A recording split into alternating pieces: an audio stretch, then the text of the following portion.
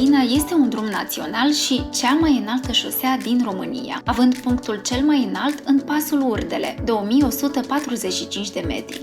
Transalpina face legătură între regiunile istorice Oltenia și Transilvania. Fiind un drum montan, este închis în perioada iernii.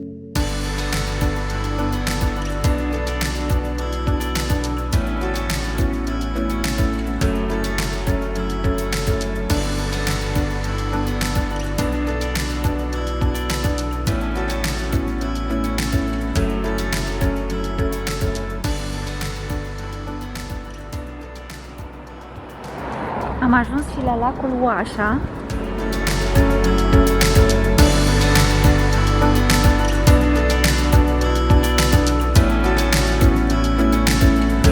Wow, cât de sus suntem!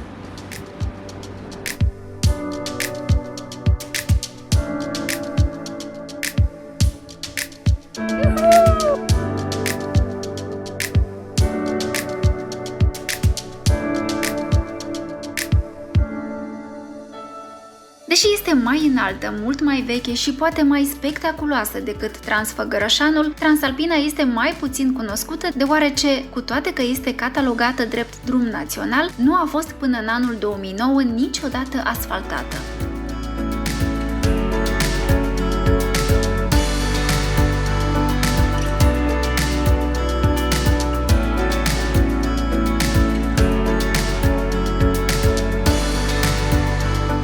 Dacă ați obosit, pe Transalpina puteți face un popas la o stână, să vă relaxați și să mâncați ceva.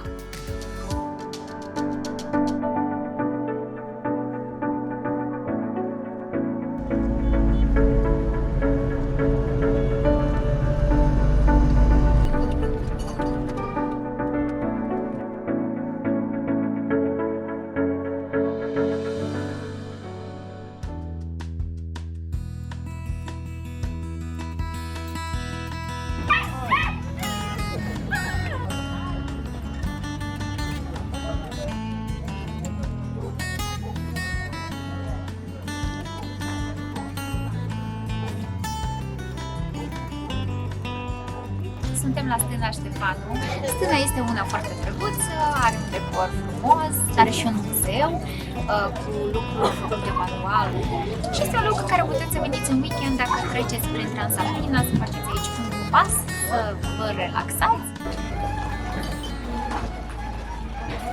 În zona asta se poate lua masa, e un loc foarte drăguț.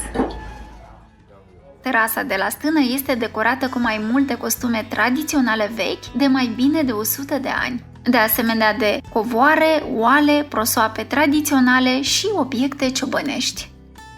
Așa, noi ne-am luat cârnați la grătar, tocane de oaie și mămăliguță.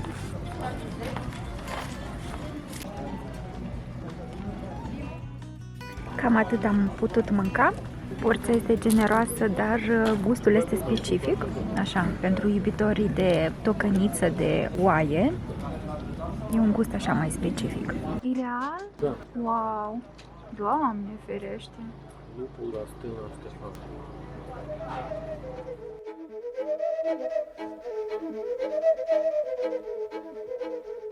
Vai, ce frumos!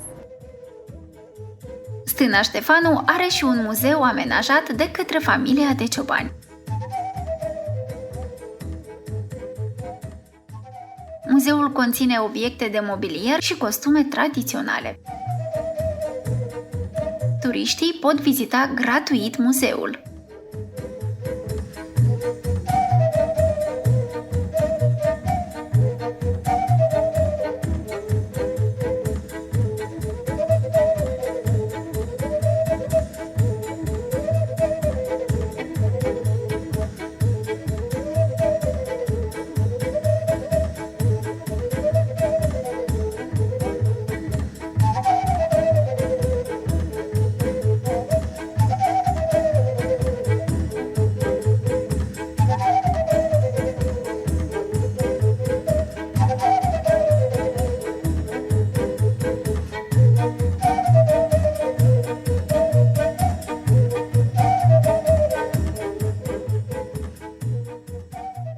Stâna Ștefanu este situată la 18 km de Rânca și la 10 km de Obârșia Lotrului.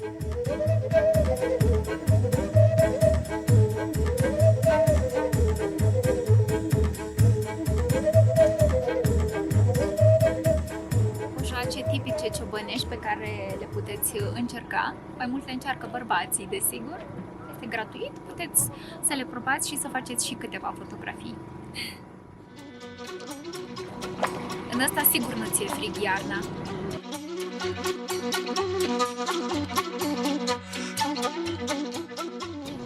Un câine doarme acolo, un câine ciobănesc.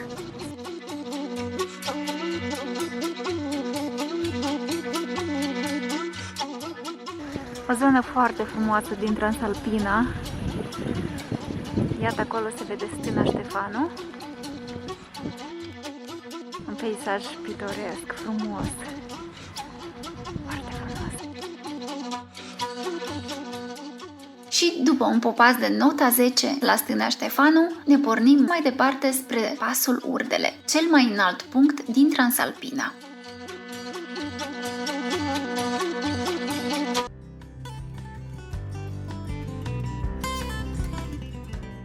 Nu se știe exact cine a început construcția acestui drum. Unele surse susțin că a fost construit prima dată de legiunile romane în timpul războaielor cu dacii. Iar ulterior, fie construcția transalpină a fost începută de familiile de localnici din zonă, fie șoseaua a fost construită și pietruită de germani în timpul primului război mondial. Cert este că acest traseu a fost inițial o potecă de munte folosită de către păstorii din mărginimea Sibiului pentru a traversa munții cu turmele de oi în țara românească.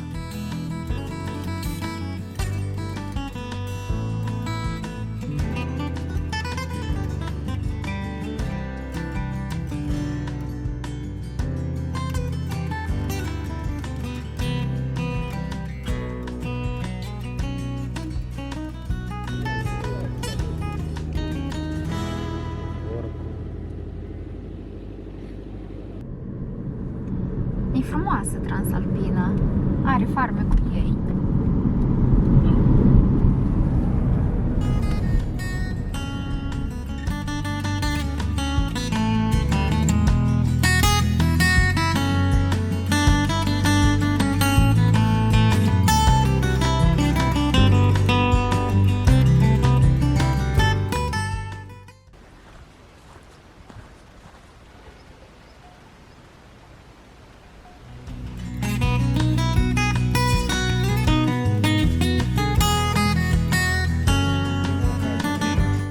Ți-a plăcut chiar mai mult decât Transfăgărășanu? În primul rând, câte vârfuri în jur. Platou mare și peisaj frumos. Nu te plictisești. Da.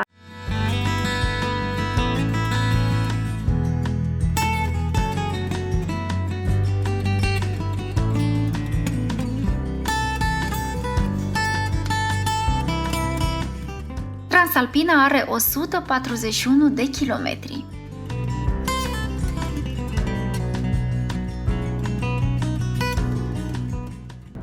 Foarte tare cu Transfăgărășanu. Da. E destul de sus.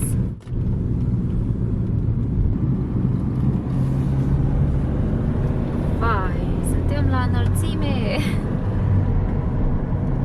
Ajungem la peste 2000 de metri.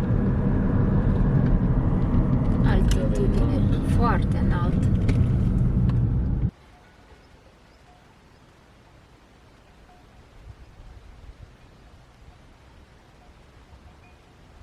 Suntem foarte aproape de Pasul Urdele, iată acolo în vârf de munte e Pasul Urdele. Iar noi suntem aici.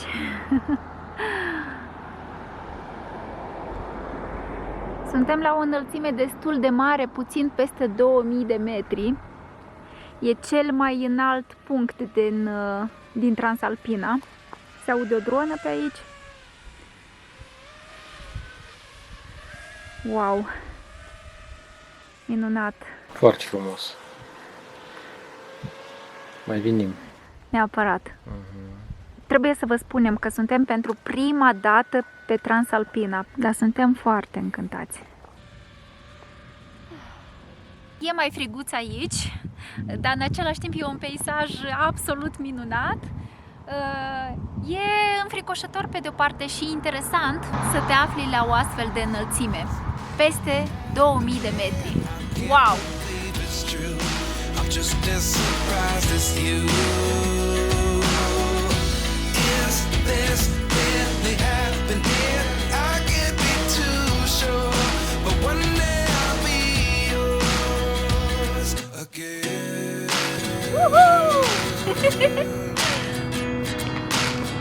E foarte frumos, fără cuvinte.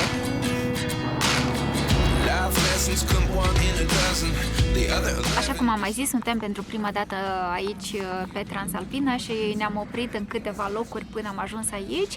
Ne-am oprit la lacul Oașa, am trecut pe la Stâna Ștefanu și am ajuns aici lângă pasul Urdele, cel mai înalt punct de pe Transalpina, după care ajungem la Rânca și după care mergem acasă. A fost minunat!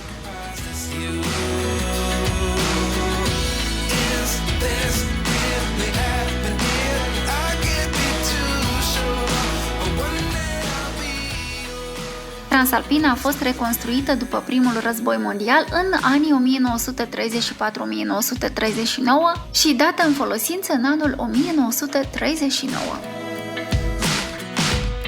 Cel care a inaugurat drumul a fost chiar regele Carol al II-lea, împreună cu fiul său, regele Mihai I. Aceștia au parcurs întregul traseu al drumului la bordul unei mașini de teren, la volan aflându-se chiar regele Carol al II-lea, motiv pentru care acest traseu se mai numește și drumul regelui.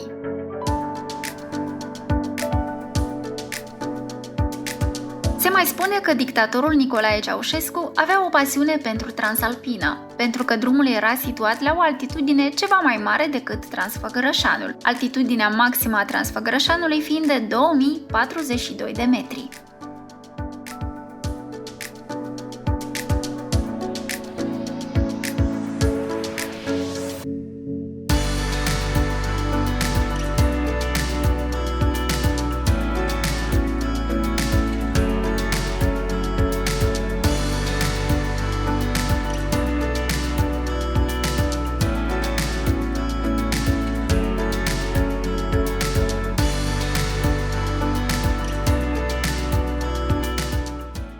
Foarte drăguță și localitatea asta. E o zonă turistică. Liniște.